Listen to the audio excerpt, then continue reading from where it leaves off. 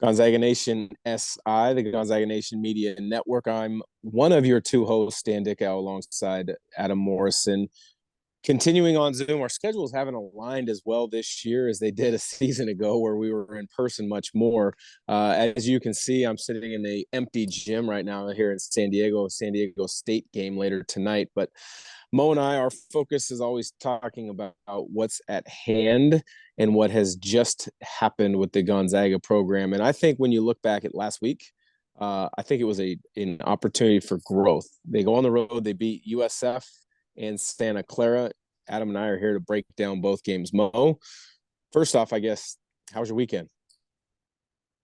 It was good. Obviously, it's much better when Gonzaga goes and gets a road sweep. So it's a great start for league, to go on the road and have an opportunity to kind of position yourself to start leading the pack like they've done in the last 10, 15 years. So it was fun to watch too. I personally like these type of games better. I think they hold more value for our guys down the stretch when you have to make plays under duress and anxiety and execute. So it was a fun watch. And obviously, like I said, I'm glad they got the two wins. You used the term road sweep.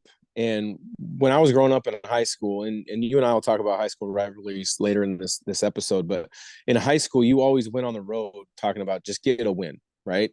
When I got to college was the first time I heard a coach when I was at UW talk about let's go get one on the road out of two. And I was always like, why the hell would you only want to get one win? You're playing two games.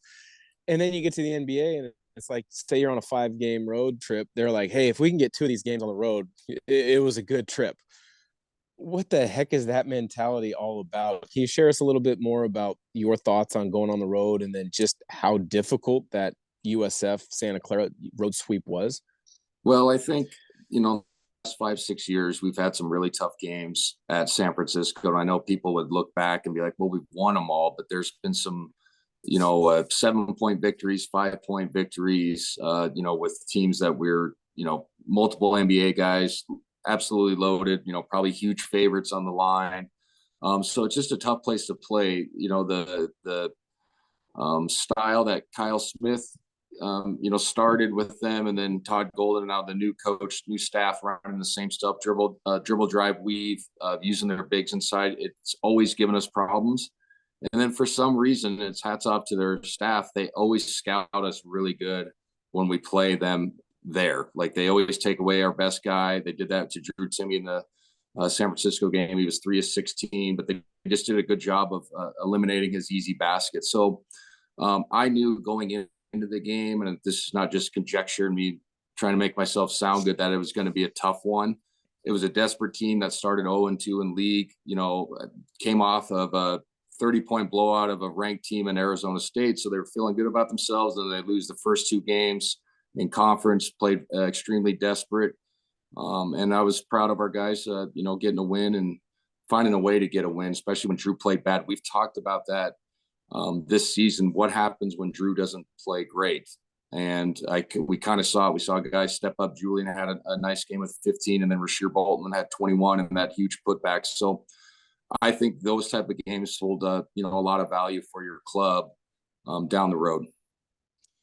Yeah, I thought Strother was solid. He didn't have any stretches like Bolton had where that last 5 minutes or so, Bolton just took over. I think he hit 3 threes in the last 5 minutes. Two of them were, I think, in the final two, and then that putback. And then he had the composure not to snap back at that fan on the baseline who was barking in his ear, which was ridiculous. I would be interested to see if the USF athletic department kind of withdraws his tickets for that. Do you remember a fan at any point in particular kind of verbally attacking you like that? Not that close. Obviously you go on the road and there's times when, the student sections get a little bit rowdy, but that was, ear to ear or, like right on top of them. And I was kind of disappointed because it was a great atmosphere. It was, obviously these are still kids. You got to, cheer for your team, but they're amateurs. So in my opinion, you always, taper off the vulgarity and Yeah. so pressing to see.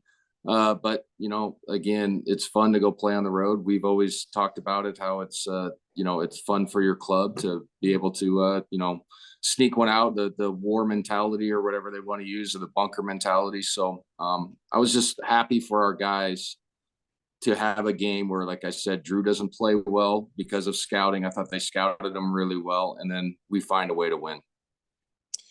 You come to find out that Golden State Warriors had a couple of their front office members there. Bob Myers, the GM, Mike Dunleavy, but that's normal for a lot of Gonzaga games.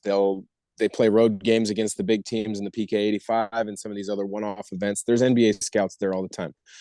But the fact that I think the Warriors front office was closer to the action that maybe guys could see them, do you think that had any thing going through anybody's mind? And for me, I always blocked it out. What was your approach like? Yeah, I mean, you can't really think about those type of things, in my opinion.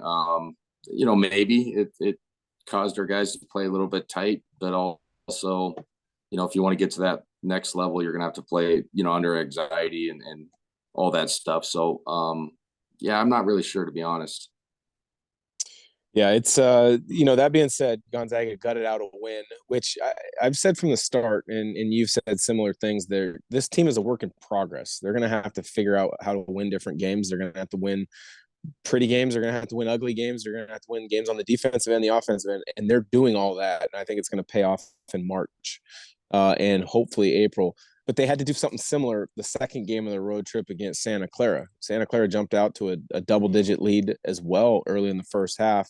Drew Timme played much better, but I think you got production from a lot of different guys, namely Nolan Hickman, who, has shown growth throughout this year. But at times, I've heard the comment from fans that he's not as good as they wanted. And I always say, well, what do you want? What do you expect? You've had a pro at that position for the last however many years, going back, to Nigel Williams-Goss and Josh Perkins.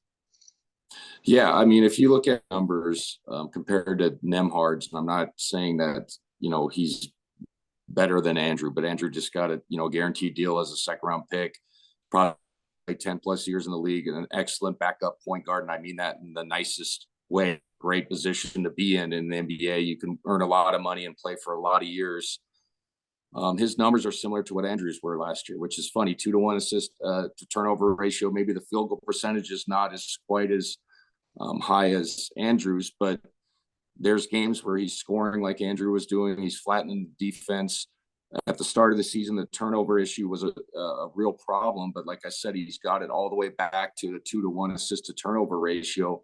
And if you're looking at just being solid, he's been that all season long. I mean, those 20 points, 8 or 9 from downtown, or 8 or 9 from the field, 4 or 5 from downtown, is really what won that game for us. I mean, Drew ended up 7 of 15, but he started, I believe it was 1 for 6.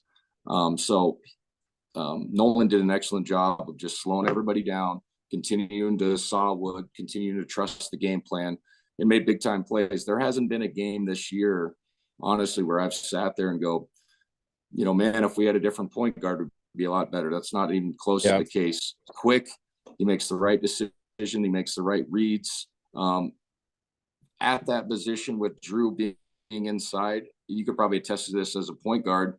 He's tasked with throwing the ball to Drew Timme and other guys a lot. So sometimes when the scoring is down, if you really think back at the game, he didn't force anything. He let the game come to him. That's all they're asking him to do, and he'll slowly continue to get better and more productive. But I don't sit there honestly and go, man, if we had a different point guard, it would be a lot better. I think he's been fantastic this year. His growth has been great.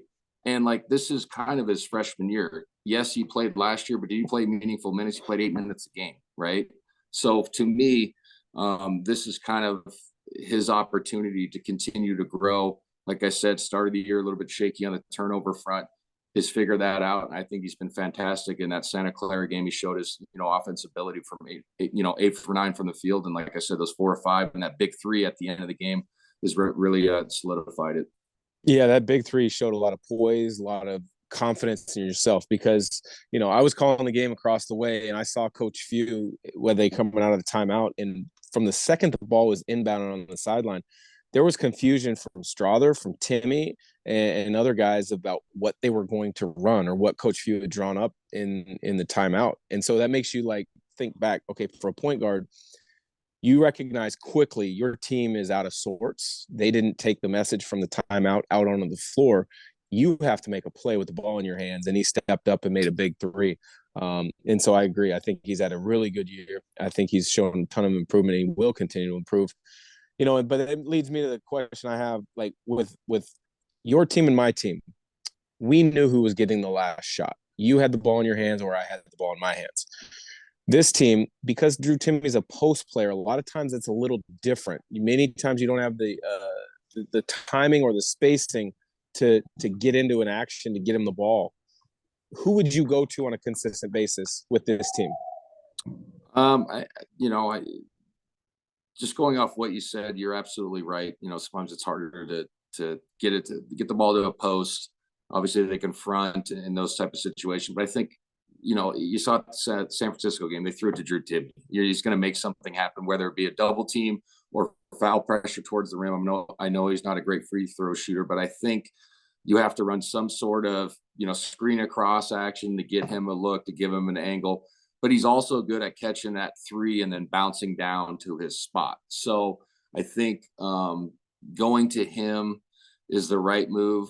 I think probably secondly would be either Rasheer or Nolan, just for the fact that their ability to create and flatten the defense and get an angle.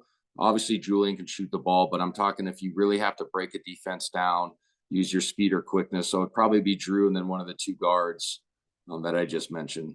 Yeah, I think going way back in the annals of my team, this might find some longtime Gonzaga fans kind of curious about this, but I would have gone to Alex Hernandez.